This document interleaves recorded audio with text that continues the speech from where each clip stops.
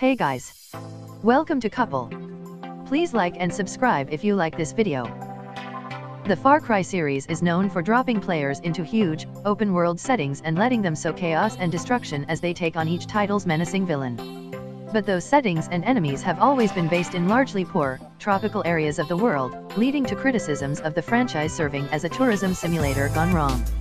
For its latest entry, Far Cry 5, however, developer Ubisoft Montreal took the tried-and-true staples of the series' massive, explorable worlds and sandbox-style gameplay and dropped them in the heart of Big Sky Country, Hope County, Montana.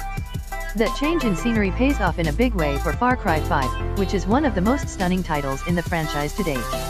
It also allowed for the game's creative team to build a story about a doomsday cult building its own outpost in the middle of the US at a time when the country is dealing with a resurgence in white nationalist hate groups.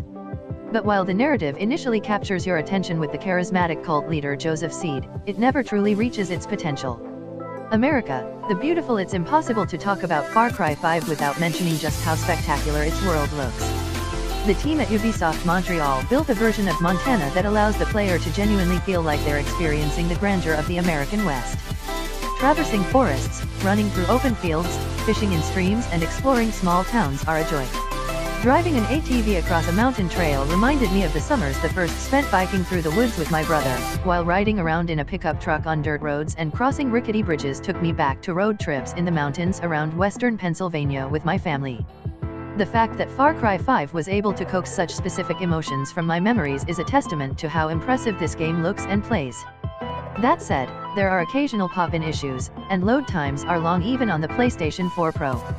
I also wish Ubisoft added more variability to the cultists' character models. At this point I've taken out so many shaggy-haired men wearing white sweaters that I'm starting to think the game is about a cloning experiment gone horribly wrong. Peggies and preppers, of course, that's not the case. Far Cry 5 revolves around a cult, the ominous-sounding project at Eden's Gate, run by David Koresh stand-in Joseph Seed and his siblings John, Jacob, and Faith. At the game's outset, you, a deputy with the Hope County Sheriff's Department, another deputy, the county sheriff and a U.S. Marshal try to take Joseph into custody on a warrant. But after slapping the cuffs on him and get him into a waiting chopper, Joseph's followers manage to take the craft down and rescue their dear leader back. After escaping the wreck and evading capture by the cult, you meet up with a prepper named Dutch who helps get you started on your mission to crush the project at Eden's Gate cultists, or Peggies, as the townsfolk call them, who have taken over the county. How does a cult take over a county in modern-day America without drawing the attention of, say, the National Guard?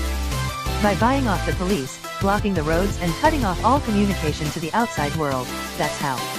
It's a hard pill to swallow, but at least the game tries to explain how and why the cult wants to take over. What it doesn't do, though, is make you feel any kind of emotion for the endless number of cultists you kill.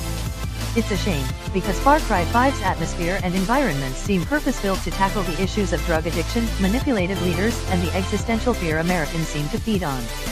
The game's big bads are interesting, and the side characters are fun to chat with, but the narrative never really takes you anywhere particularly new or insightful.